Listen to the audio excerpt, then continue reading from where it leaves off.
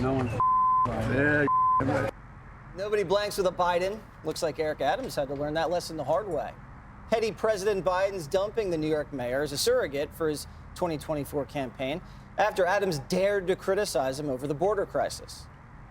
There's a crisis right now, and that crisis should be coordinated by the national government. We are speaking directly to the Biden administration. The national government has turned its back on New York City. This is in the lap of the President of the United States. It's the irresponsibility of the White House for not addressing this problem. Team Biden punishing Adams by yanking his name off of an advisory board, and a Democrat aide squealing that, quote, the relationship is soured between the two liberal titans because the mayor had made somewhere between inartful to stupid comments that were kind of out of bounds. Interesting that Biden's booting a prominent black Democrat while his administration goes hardcore on diversity. But Adams might consider himself lucky that he got to dodge having to be in a lame Biden campaign ad. I'm on Team Biden-Harris. I'm on Team Biden-Harris. Joe Biden rocks. Re-electing President Biden is a BFT. Joe Biden? Oh, he's ready.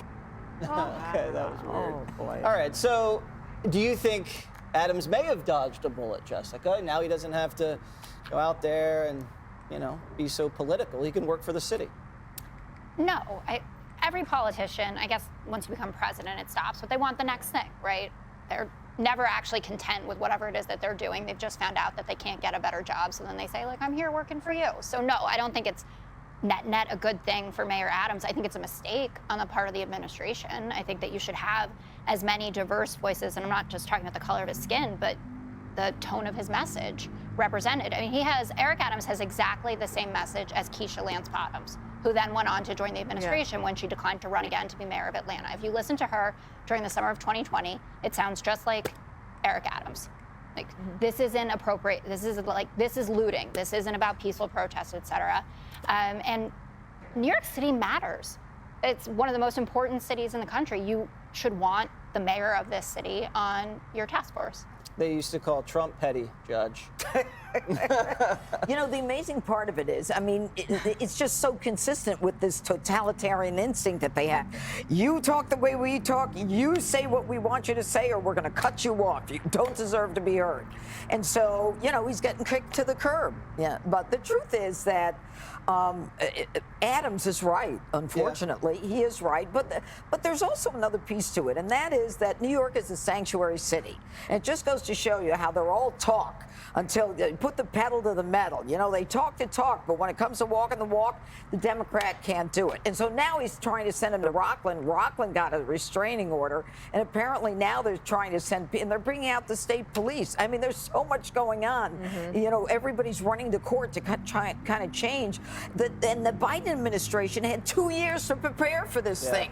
You know, and now everybody's running to court to try to get an order to overturn his order to not let them into my county. No, send them back to your county. This is lunacy. Does this send a broader message to all the Democrats all over the country? I do think this is a great thing for Eric Adams. If he wants to actually, if he does have aspirations for higher office, this gives him a great path to be a more independent person. Yeah. I'd be like, thank you. I don't have to go to that meeting.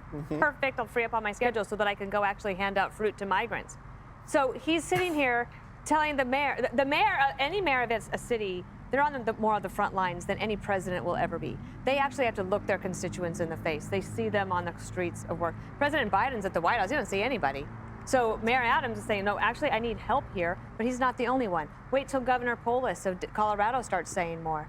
Mary Lightfoot, she's leaving, but the new guy, Brandon, is that his name? Brandon, yeah. Brandon something? Johnson. Thank you, whatever his name is.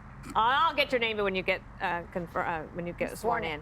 But I do think that this is going to cascade because it's not going to be just New York City. You see what's happening in Denver, Colorado? It is atrocious. They're thinking of putting homeless camps and migrant camps all over the city, and because they don't have enough shelter space. Right. And it's not going to be just the border towns. It's everywhere. So if I were Eric Adams, I would say, excellent. Thank you. I'm glad my schedule just freed up. Greg?